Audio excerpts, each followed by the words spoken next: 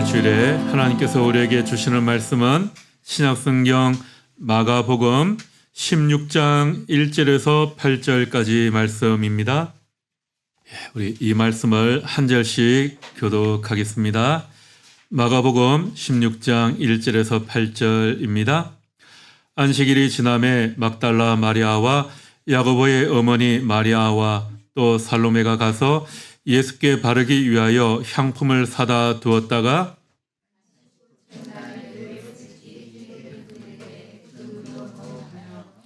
서로 말하되 누가 우리를 위하여 무덤 문에서 돌을 굴려 주리오 하더니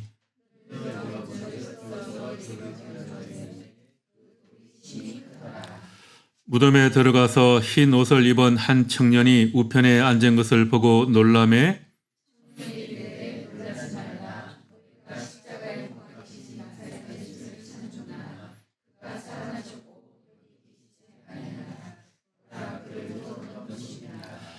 가서 그의 제자들과 베드로에게 이르기를 예수께서 너희보다 먼저 갈릴리로 가시나니 전에 너희에게 말씀하신 대로 너희가 거기서 배우리라 하라 하신지라.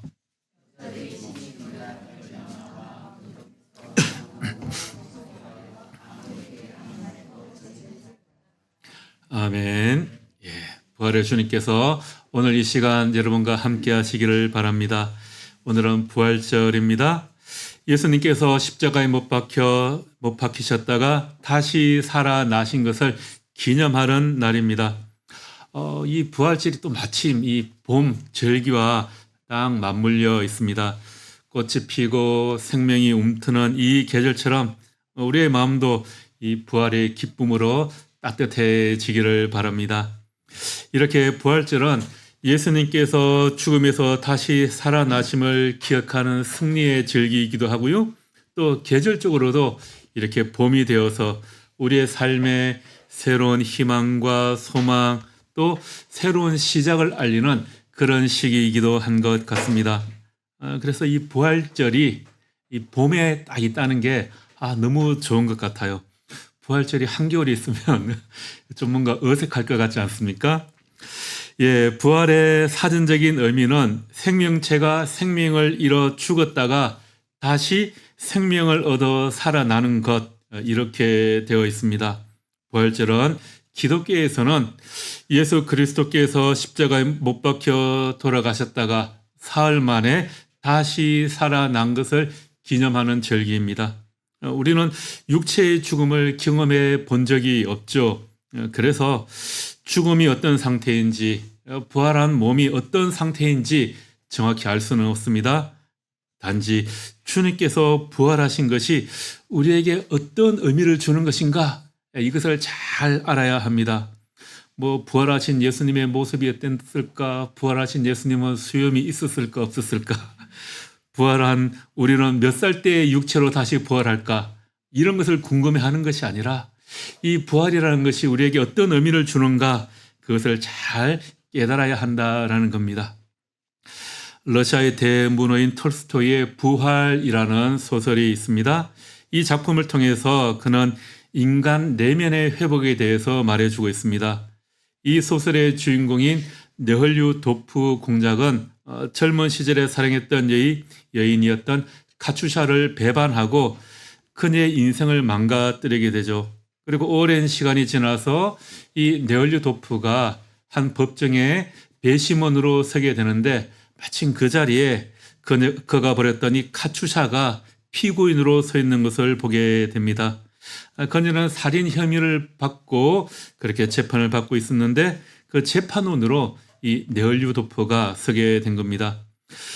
그는 그녀의 모습에서 자신의 죄를 마주하게 되죠. 그리고 그녀의 삶을 회복시키고자 그녀를 따라서 시베리아까지 따라가게 됩니다. 춥고 황량한 시베리아 벽지의 어느 요감방에서 하루는 신약 성경의 복음서를 읽다가 자신의 영혼을 부활시킬 새로운 깨달음을 얻게 됩니다. 그의 인간성이 부활한 것이죠. 이 세상이 유지되는 법이라는 것은 법이나 권력이 아니라 서로 사랑하고 돕는 평범한 사람들의 이 선한 의지 때문이라는 것을 발견하게 된 것입니다. 그는 사랑을 실천하며 자기 삶도 또 그녀의 삶도 새롭게 하려고 노력을 합니다. 그것이 진정한 부활이다라고 톨스토이는 이야기하고 있는 겁니다. 타락에서 회복되는 것, 죄책감에서 회복되는 것, 관계의 회복, 이것이 바로 진정한 부활이다라는 것을 이 작품에서 보여주고 있는 거죠. 우리의 삶에도 또 우리나라에도 이런 부활이 일어나야 하겠습니다. 우리나라는 지금 내란을 일으킨 대통령은 탄핵되었지만 그 상처가 여전히 남아있고 그로 인해 어려움을 겪는 사람들이 너무나도 많이 있습니다. 이 나라에 부활이라는 회복이 있어야 하겠습니다. 또 이것 때문에 경제적인 고통과 좌절에 빠진 사람들이 너무나도 많이 있습니다.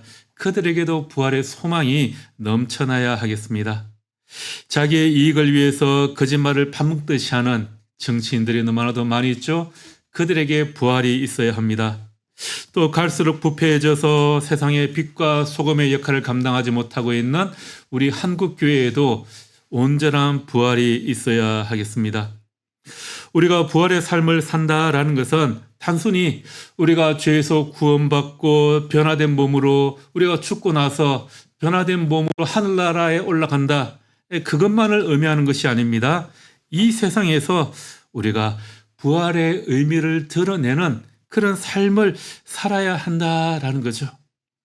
소설 부활에서 주인공 네올리오도프는 이제 이전의 사람과는 다른 모습으로 살아가게 됩니다. 새로운 시작을 하게 되는 겁니다. 우리가 부활의 삶을 살아간다라는 것은 이렇게 이전과는 다른 새로운 시작을 하는 것입니다. 예수님께서 우리에게 오셔서 유월절 어린 양과 같이 피를 흘리시며 돌아가셨습니다. 그 피로 말미암아 우리가 구원받았습니다. 그러나 그 사건은 우리에게 구원이라는 결말을 가져다 주는 것으로 끝나는 것이 아니라 우리가 새로운 삶을 살아가도록 만들어주는 시작이라는 것이죠. 이스라엘 백성들이 이집트에서 노예 생활을 하고 있을 때 하나님께서 이집트 왕 파라오를 좌절시켰습니다. 그리고 이스라엘 백성이 이집트에 남아있지 않고 가나안을 향해서 출발하였습니다. 여러분 한번 생각을 해보십시오. 하나님께서 이집트의 왕을 좌절시켰습니다. 그 땅의 장자들을 다 죽음으로 몰아갔습니다. 이스라엘 백성들이 하나님의 은혜로 승리하였습니다. 그렇다면 굳이 힘겹게 가나안을 향해서 다시 나갈 필요가 없지 않겠습니까? 그냥 그 땅의 일부를 차지하고 살아가도 편안하게 살아갈 수 있습니다. 그런데 하나님께서는 굳이 이집트를 떠나 가나안으로 향하는 고생길을 가게 하셨습니다. 새로운 삶을 시작하기 위해서는 떠나야 한다라는 것이죠. 우리도 마찬가지입니다. 우리에게 새로운 시작은 예수께서 죽음에서 부활하신 의미를 늘 새기며 새로운 삶을 향해 나아가는 것입니다. 6월절 전날 예수님께서 십자가에 못 박혀 돌아가셨습니다. 그때 6월절이 마침 안식일이었죠. 지금의 요일로 따지자면 예수님께서는 금요일 아침 9시경에 십자가에 못 박히시고 오후 3시경에 돌아가셨어요. 그날 저녁에 아리마대 사람 요셉이 자신을 위해 준비해 두었던 그 무덤에 예수님의 시신을 안치했습니다. 유대인들은 안식일에는 장례를 지낼 수도 없고 시체를 만질 수도 없습니다. 그러니까 안식일이 시작되기 전에 예수님의 시신을 빨리 무덤에 안치해야 했습니다. 금요일 해가 지면 이제 안식일이 시작되니까 해가 떨어지기 전에 급히 예수님의 시신을 예루살렘 그 성벽 밖으로 가지고 나가서 무덤에 안치한 겁니다. 중동의 무덤은 땅을 파서 매장하는 것이 아니라 바위 같은 곳을 깎아서 동굴같이 만들어 그곳에 시신을 안치하였습니다. 그곳은 석회암 지역이라 동굴 파기에 좋은 그런 지형이죠. 그래서 시신을 동굴 같은 곳에 넣어두고 입구를 돌로 막아 두었습니다. 그리고 안식일이 지났습니다. 자, 금요일 저녁 해질 때 무덤에 예수님의 시신을 안치하고 안식일인 토요일 하루를 지나고 이제 안식일 다음 첫날인 일요일 새벽이 되었습니다. 해가 이제 막 돋을 때 여인 3명이 예수님의 무덤을 찾아갑니다. 자, 여러분, 그렇다면 예수님이 무덤에 온전히 머물러 계시던 시간은 얼마나 되었을까요? 예수님은 안식일이 시작되는 금요일 해질 때 무덤에 안치되었습니다. 그리고 안식 후 첫날, 그러니까 일요일 아침 새벽에 여인들이 찾아갔을 때 무덤은 비어 있었습니다. 그러니까 예수님은 안식일이 끝나는 토요일 해 진 시간 이후부터 일요일 새벽 그 어간에 아마 부활하셨을 것 같습니다. 자, 날짜로 따지면 어떻게 될까요? 금요일 저녁부터 해서 금요일, 토요일을 지나 일요일 새벽까지니까 3일이 되죠. 그러나 우리나라는 요즘에 날짜로 따지는 게 아니라 시간으로 잘 따져야 됩니다. 예.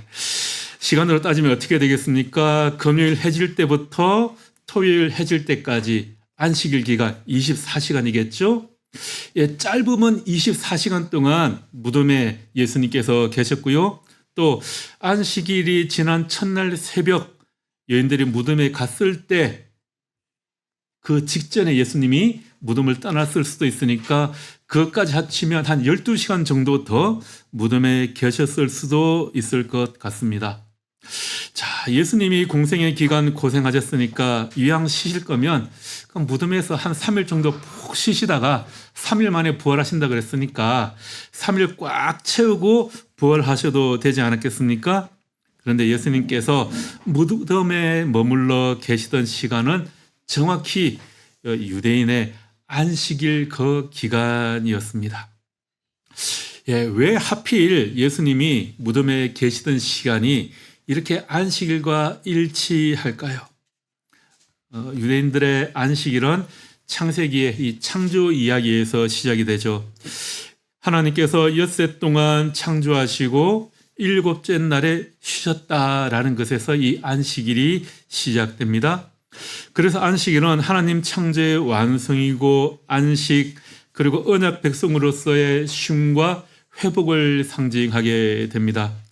창세기 2장 2절 말씀에 보면 하나님이 그가 하시던 일을 일곱째 날에 마치시니 그가 하시던 모든 일을 거치고 일곱째 날에 안식하시니라 이렇게 되어 있습니다.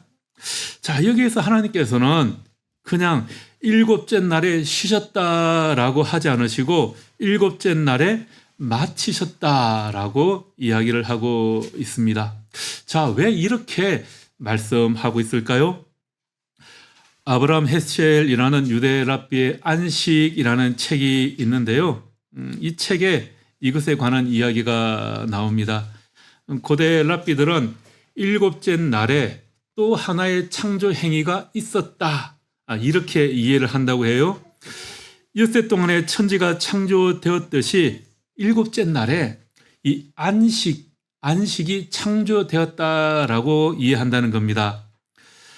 이 책에 보면 이런 글이 있습니다. 엿새 동안 창조가 이루어진 뒤에 우주에 무엇이 없었는가? 안식이 없었다. 안식일이 되자 안식이 왔다. 그리하여 우주가 완전해졌다. 이렇게 이야기하고 있습니다. 그러니까 성경에서 말하는 이 안식이라는 것은 일과 수고를 그만두는 것, 그 이상의 의미라는 거죠. 우리가 일주일 동안 6일 동안 힘든 일과 피로에서 벗어나는 것, 그 이상의 의미가 안식에 담겨 있다라는 겁니다. 안식한다라는 것은요, 아무것도 안 하는 것이 아니라 적극적으로 평온과 고요, 평화, 휴식을 누리는 것이다라는 거죠. 하나님께서 일곱째 날 이것을 창조하셨다는 것입니다. 그래서 창조가 완성된 것입니다.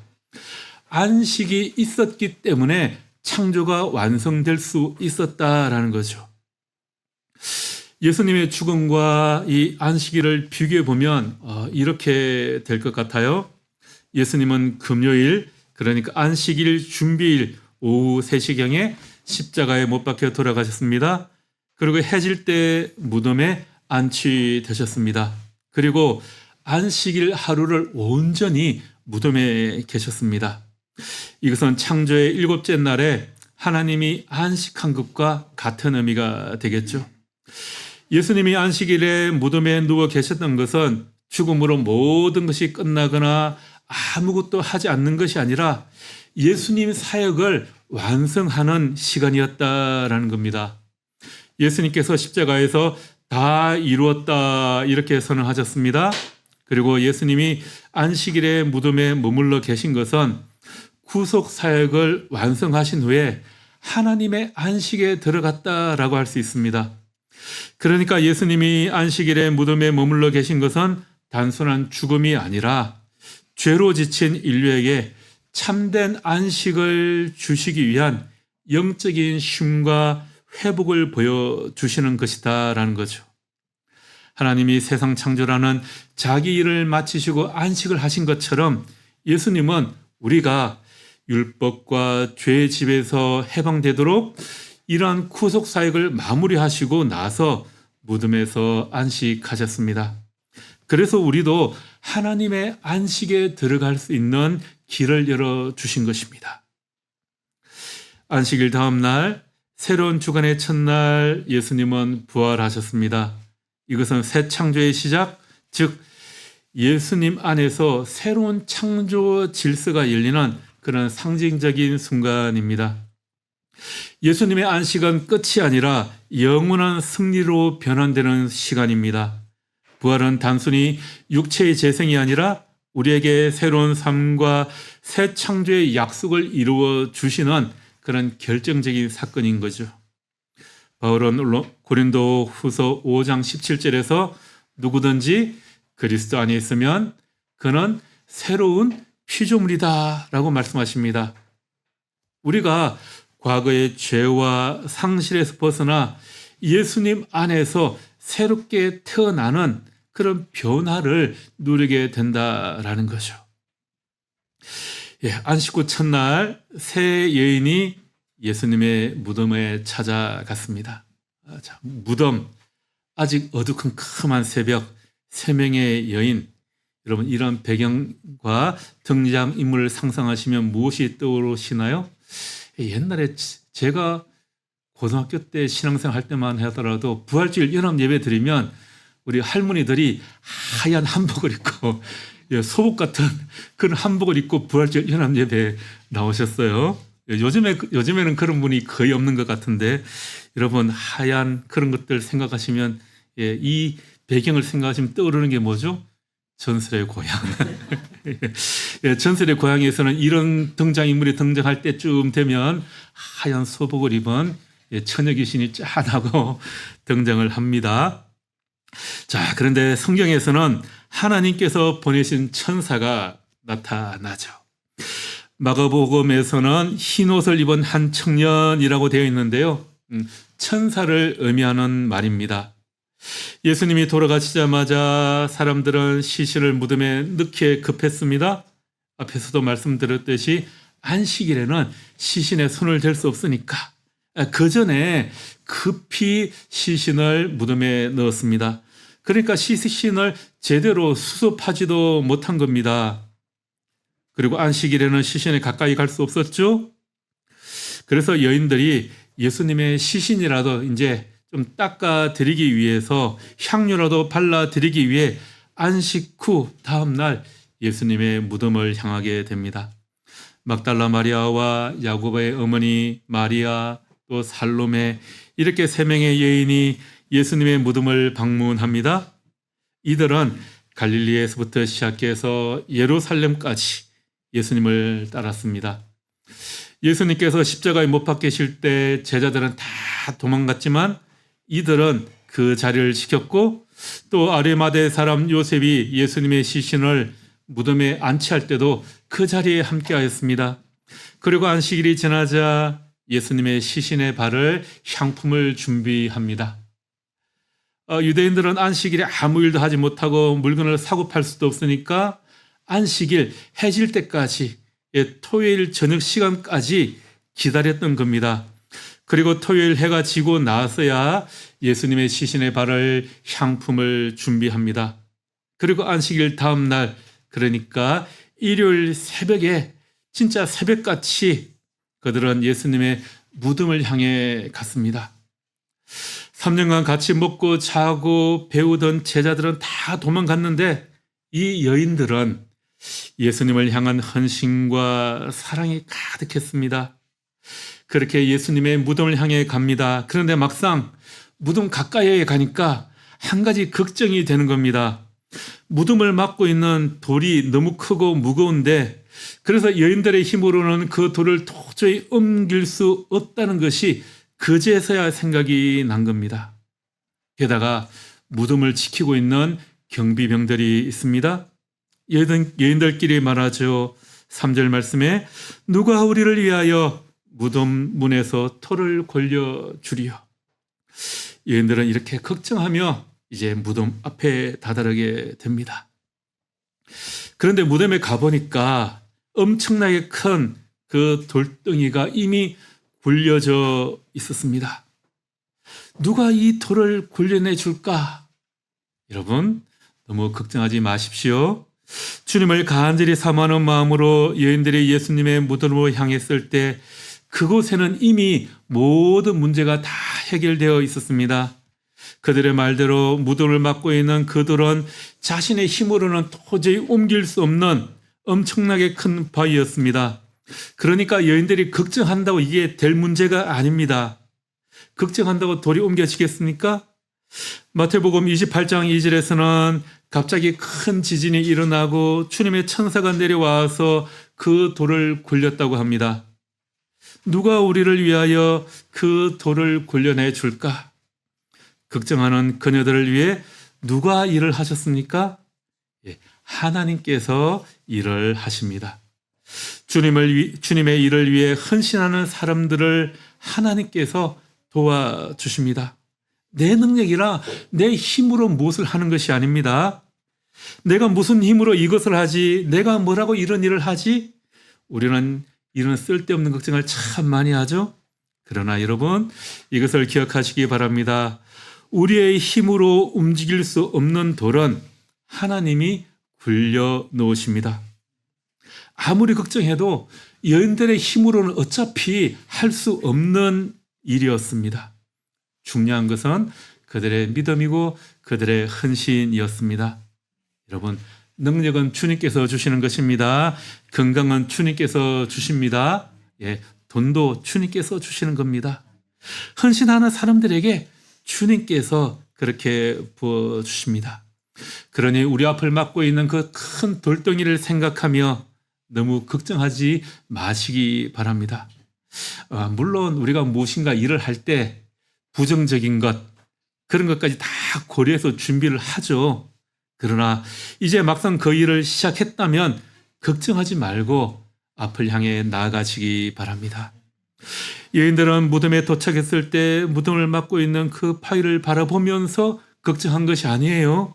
가는 길에 거기에 지금 무슨 일이 일어났는지 알지 못하고 어떻게 할까 걱정합니다. 그곳에 무슨 일이 일어나고 있는지 몰랐습니다. 그런데 그곳에 가보니 그들이 걱정하는 것들은 이미 해결되어 있습니다. 여러분, 주님의 부활은 우리의 걱정거리를 미리 해결해 주십니다. 그러니 너무 걱정만 하지 말고 희망을 잃지 말고 부활의 주님을 소망하시기 바랍니다. 그 주님께서 우리를 회복시켜 주실 것입니다. 여러분, 회복이라는 것은 원래의 좋은 상태를 되찾는 것입니다. 그런 의미에서 부활은 우리의 회복입니다. 좌절과 낙담과 절망 상태에 있는 모든 것을 원래 상태로 되돌려 놓는 아주 좋은 회복입니다. 우리가 부활의 삶을 산다는 것은 이렇게 회복된 삶을 사는 것입니다. 걱정과 좌절에 사로잡혀 사는 것이 아니라 새로운 희망을 가지고 회복된 삶을 사는 것입니다.